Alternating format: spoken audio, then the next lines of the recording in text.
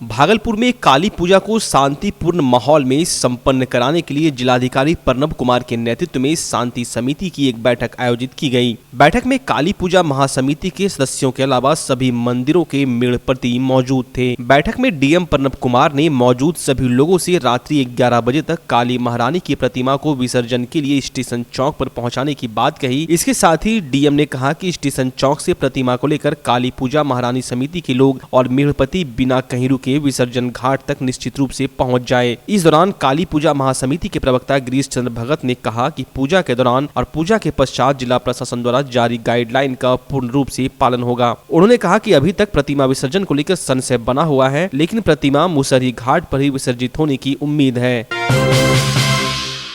विधानसभा चुनाव में भागलपुर संसदीय क्षेत्र में महागठबंधन को भले ही झटका लगा है, लेकिन तीसरी बार विधायक बने कांग्रेस के अजीत शर्मा को अभी भी महागठबंधन की सरकार बनने का भरोसा है। अपने आवास पर प्रेस वार्ता में उन्होंने कहा कि कल पटना में घटक दलों की बैठक है, जिसमें सरकार बनाने को लेकर मंथन किया जाएगा। उन्होंने कहा कि समान विचारधारा वाले दलों को एकजुट कर सरकार बनाने का प्रयास किया जाएगा। अपनी जीत की कम मार्जिन पर अजीत शर्मा ने कहा कि परिणाम मेरी आशा के विपरीत है। उन्होंने कहा कि भागलपुर में शिक्षा, स्वास्थ्य और बुनियादी सुविधाओं को बहाल करना मेरी प्राथमिकता होगी। जरूरत पड़ने पर इसके लिए केंद्र व राज्य सरकार का सहयोग लूंगा। सरकार बनाने के लिए संख्या बल का आंकड़ा पूछे जाने पर उन्होंने कहा कि अन्य दलों से बातचीत चल रही है और महागठबंधन के नेता इस संबंध में राज्यपाल से मिलेंगे। पत्रकार वार्ता में राजद नेता चक्रपाणी हिमांशु भी मौजूद थे। फैक्ट्रियां खुले ताकि लोगों को रोजगार मिले, वैसी सरकार बनाइए। सभी विधायकों से, सभी प्रतिनिधियों से जो जीते हैं उनसे मैं आग्रह करता हूं आपके माध्यम से, आइए ऐसी सरकार बनाएं जो बिहार का विकास की ऊंचाइयों पर ले जाए। मैं यहाँ पे बिहार सरकार चाहे मेरी बने या एनडीए की बने, मैं वो करने का काम करूंगा। आपको बता दें, मैं बिल्कुल इस बार संकल्प लिया हूँ कि भागलपुर शहर को सबसे सुंदर और सबसे विकसित शहर बिहार में बनाना है। तो बिल्कुल मेरा प्रयास रहेगा और आप मीडिया की शक्ति पर भी और सभी पार्टियों की शक्ति पर, पार्टी से ऊपर उठ के मैं भारतीय जनता पार्टी की सरकार दिल्ली में उनसे भी बात करूंगा। क्योंकि ऐसा नहीं है कि प्रतिनिधि मैं दूसरे पार्टी से हूं तो आप काम नहीं करेंगे।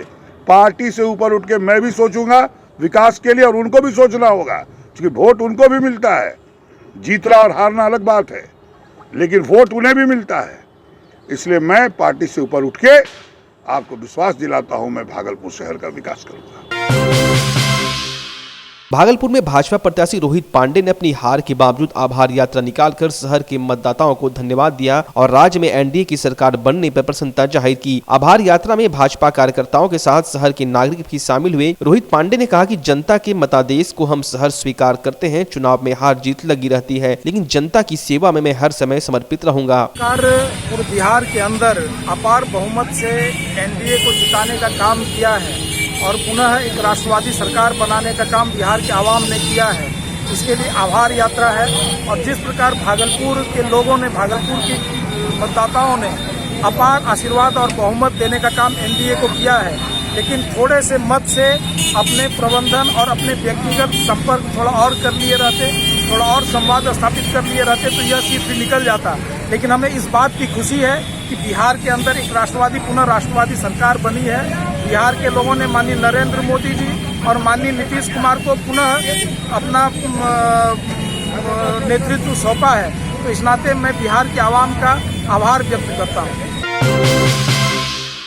जगदीशपुर प्रखंड के बदलूचक में पंचायत समिति सदस्य ने अपनी पत्नी को पत्थर से कुचलकर मार डाला। प्राप्त जानकारी के अनुसार जगदीशपुर प्रखंड अंतर्गत सैनो पंचायत के पंचायत समिति सदस्य 48 वर्षीय बदलूचक निवासी मोहम्मद अजरुद्दीन कुछ दिनों से मानसिक रूप से विक्षिप्त नजर आ रहा था। उसने आज सुबह अपनी 40 वर्षीय पत्नी अमीरुन्निसा को गुस्से में पत्थर से प्रहार कर तब तक मारता रहा जब तक उसकी मौत नहीं हो गई। मृतक के 5 पुत्र और 3 पुत्री है। 2 बेटा बाहर कमाता है। 2 बेटी की शादी हो चुकी है। 2 बच्चे घटना के समय घर से बाहर थे। वहीं घटना के बाबत उनके 8 वर्षीय पुत्र जफर ने बताया कि मां अमीरुन्निसा बीड़ी बना रही थी, अब्बा इधर उधर घर में घूम रहे थे। हमने छत पर से देखा कि अब्बा ने पत्थर उठाया और अम्मी पर प्रहार करते रहे। बच्चे को भी वहाँ बाप बुलाना चाहा, पर 8 वर्षीय बच्चा जफर साहस करके 2 मंजिला मकान के ऊपर से पीछे पड़ोस के छप्पर पर कूद गया और अपने चाचा एवं पड़ोसियों को जानकारी दी। उपस्थित लोगों ने थानाध्यक्ष को जानकारी दी। मौके पर थानाध्यक्ष ब्रजेश कुमार दल बल के साथ घटनास्थल पर पहुंचे और आरोपी मोहम्मद अजरुद्दीन को गिरफ्तार कर जेल भेज दिया। मृतक अमीरुन्निसा के शव को पोस्टमार्टम के लिए भागलपुर भेज दिया गया है।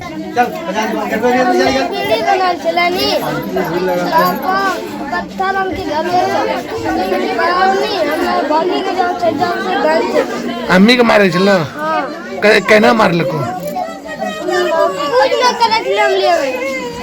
कुछ न कर आप एक साथे मारी दिल का अब्बा कहाँ चलो चौकी डरल का तो मारी दिल। जगदीशपुर थाना क्षेत्र अंतर्गत पुरैनी बाजार स्थित दीन नगर के पास चांदन नदी में मछली मारने के दौरान गत रात्रि एक व्यक्ति की नदी में डूबने से मौत हो गई। रात भर मृतक के परिजनों ने नदी में खोजबीन जारी रखी, पर उसका कुछ पता नहीं चल पाया। अहले सुबह नदी में मृतक का शव जल प्लावन करते हुए स्थानीय लोगों ने देखा। मृतक की टायर मिस्त्री जुबेर के रूप में लोगों ने शिनाख्त की। बताया जा रहा है कि मृतक के साथ साथ वहाँ पर और अन्य लोग भी मछली मार रहे थे और दीन नगर स्थित पुल के ऊपर से सैकड़ों लोग प्रतिदिन मछली मारा करते हैं। जुबैर की मौत किन परिस्थितियों में हुई, पुलिस इसकी छानबीन कर रही है। पत्नी डोली खातून और उनके 3 पुत्र सहित परिजनों का रो रो कर बुरा हाल था। आपको बताते चले कि नदी काफी गड्ढे के रूप में तब्दील हो गई है, जिस कारण डूबने के बाद लोग नदी से नहीं निकल पाते। इस वर्ष इस नदी में सैकड़ों लोगों की जान डूबने से जा चुकी है। स्थानीय प्रशासन के स्तर पर नदी में लोग लापरवाही न बरते, इस पर कोई भी किसी तरह का रोक नहीं लगाया जाता। कैसे हुआ घटना? नदी गया था मछली मारने के लिए, अब क्या हुआ नहीं हुआ हमको पता नहीं। कब हुआ? रात में 6 बजे शाम में। मिला कब था? मिला कब? मिला कब? आज 6 बजे सुबह में। क्या करते थे पति आपका? टायर मिस्त्री थे, मजदूरी। पुलिस जिला नौगछिया में रफ्तार का खूनी कहर थमने का नाम नहीं ले रहा है। जहां मंगलवार सुबह की शुरुआत सड़क हादसे से हुई। मिली जानकारी के मुताबिक नौगछिया के ज्योति पेट्रोल पंप के पास अहले सुबह बड़ी सड़क दुर्घटना घटी है। सड़क हादसे में नारायणपुर सीओ का वाहन पूरी तरह से क्षतिग्रस्त हो गया, जबकि नारायणपुर अंचलाधिकारी चालक भ्रमरपुर निवासी मनोज कुमार की मौके पर ही मौत हो गई। मिली जानकारी के मुताबिक नारायणपुर सीओ का चालक सरकारी वाहन के साथ नौगछिया जा रहा था, जहाँ नौगछिया ज्योति पेट्रोल पंप के सामने से आ रही ट्रैक्टर से आमने सामने की टक्कर हो गई। बताया जाता है कि नारायणपुर सीओ नौगछिया में मौजूद थे। उन्हें भागलपुर मतगणना केंद्र के लिए निकलना था। इसी बीच नारायणपुर सीओ चालक वाहन लिए नौगछिया से आ रहे थे और नौगछिया महदतपुर के पास सड़क हादसे में सीओ का वाहन क्षतिग्रस्त हो गया और मौके पर चालक की मौत हो गई। विधानसभा चुनाव, मतदान और मतगणना समाप्त होने के बाद अब लोगों ने राहत की सांस ली है और दीपावली और महापर्व छठ की तैयारी में जुट गए हैं। इसको लेकर बाजारों में खासी भीड़ देखने को मिल रही है। लोग दीपावली की तैयारी को लेकर दुकान पहुंचकर जमकर खरीदारी कर रहे हैं। बाजारों में फैंसी लाइट, सजावटी सामानों का बाजार सज धज कर तैयार हो गया है। सभी अपने अपने घर द्वार में सफाई की तैयारी में जुट गए हैं। वहीं धनतेरस को लेकर बर्तन के सामान का बाजार भी लग गया है। लोग चाइनीज और ब्रांडिंग सामान छोड़कर देसी मिट्टी के दिए और मोमबत्ती आदि की खरीदारी कर रहे हैं। आपके भागलपुर में पूरी भव्यता के साथ महिलाओं के लिए पहली बार भव्य रेंज और ब्रांडेड आइटम का संसार भाव्या। बेनवियो बेहद ही खूबसूरत sari, lehenga, salwar suit, suit piece, kurti और अंडरगारमेंट्स, ये सब कुछ होगा एक ही छत के नीचे। भाव्या यानी भाव्या के साथ भव्य रेंज की सौगात। बेनवियो Bhavya exclusive showroom, Kachahari Chowk, near petrol pump, Bhagalpur. Bhavya exclusive showroom.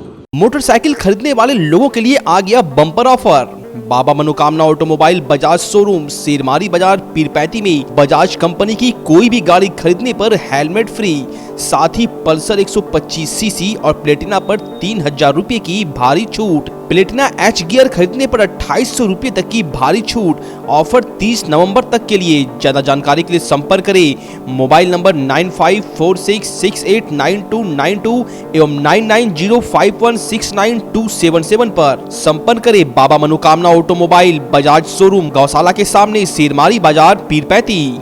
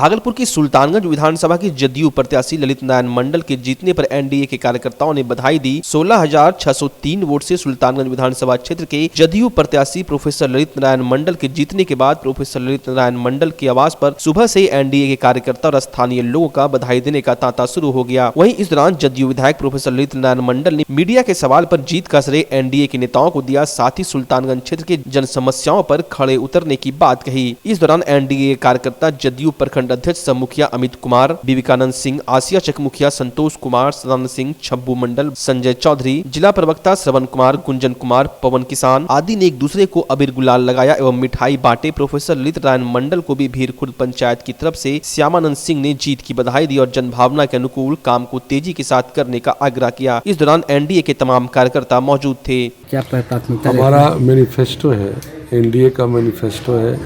उस मैनिफेस्टो के आधार पर हम लोग यहाँ पर काम करेंगे और उत्तरोत्तर वृद्धि, उत्तरोत्तर विकास की बात करेंगे, जो हमारा मैनिफेस्टो है। जहाँ तक है कुछ लोकल समस्याएं, तो यहाँ पर कुछ लोकल समस्याएं हैं, उस पर हम लोग गौर करेंगे और अपने नेता से मिल करके उन समस्याओं को हल करने का कोशिश करेंगे। वार्ड 43 के मजदूरों की कमी पर आज वार्ड के वार्ड पार्षद और वार्ड के मजदूरों के द्वारा धरना प्रदर्शन किया गया। वार्ड पार्षद ने कहा कि हम 2017 से ही बार मजदूरों और ठेला आदि के लिए आवेदन करते हैं, लेकिन यहाँ कोई सुनवाई नहीं हो रही है। जो मजदूर का निधन हो गया या रिटायर्ड हो गए हैं, उनके बदले नए मजदूरों की बहाली नहीं की जा रही है। अभी दिवाली और छठ का त्योहार है, मजदूर कम होने के कारण सफाई कार्य में दिक्कत का सामना करना पड़ रहा है।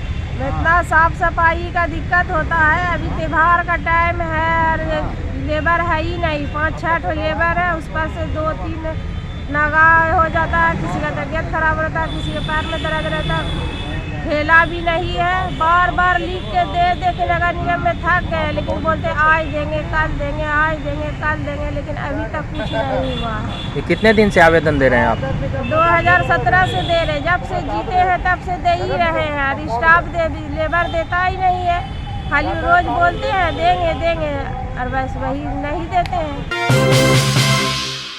तिलका मांझी भागलपुर विश्वविद्यालय में पीजी फर्स्ट सेमेस्टर में प्रोन्नत छात्रों ने 4th सेमेस्टर में परीक्षा फॉर्म भरने की अनुमति को लेकर आज जमकर हंगामा किया। अखिल भारतीय विद्यार्थी परिषद के बैनर तले प्रदर्शन कर रहे छात्रों ने बताया कि कोरोना काल में सबसे ज्यादा पीड़ित छात्र हुए हैं। यहाँ तक कि छात्र इस दौरान मानसिक रूप से भी परेशान थे। ऐसे में विश्वविद्यालय के अधिकारी पीजी फर्स्ट सेमेस्टर में प्रोन्नत छात्रों को 4th सेमेस्टर में परीक्षा फॉर्म भरने की अनुमति प्रदान करे। इन लोगों ने दलील देते हुए कहा कि अगर फर्स्ट सेमेस्टर की परीक्षा पूर्व में होती तो यह समस्या नहीं होती, लेकिन ऐसा नहीं हुआ। अगर छात्र इस बार परीक्षा से चूक गए तो इनका पूरा कैरियर खराब हो जाएगा। वहीं छात्रों ने अनुमति नहीं मिलने पर विश्वविद्यालय में आंदोलन करने की बात कही। हम लोग विगत कई दिनों से इस विश्वविद्यालय के दरबार में चक्कर लगा रहे हैं। ना कोई परीक्षा नियंत्रक है, ना ही कोई परीक्षा नियंत्रक है, ना ही बीसी है, ना ही प्रो बीसी है।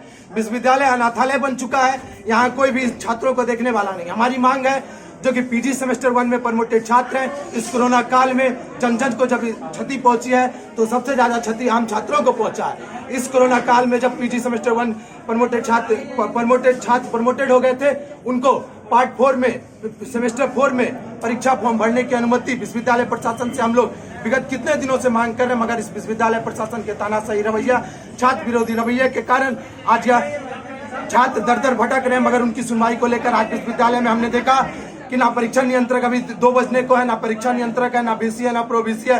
आम छात्रों को सुनवाई करने के लिए कोई भी नहीं है। तो हम लोग विद्यार्थी परिषद इस मांग को लेकर पूरी मजबूती के साथ छात्रों के साथ कदम से कदम मिलाकर खड़ा है। जब तक हमारी मांग पूरी नहीं की जाती है, हम लोग चरणबद्ध तरीके से विश्वविद्यालय प्रशासन के खिलाफ आंदोलन करेंगे।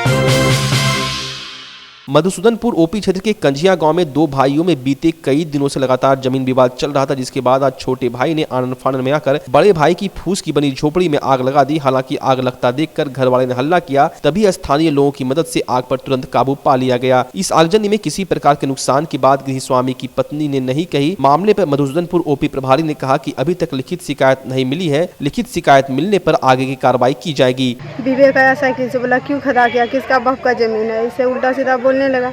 उसी में हम बोल दिए खाली कि खदा अगर खोने तो हम भर देंगे। बोला ट्रैक्टर लाएंगे खेत जोतने के लिए।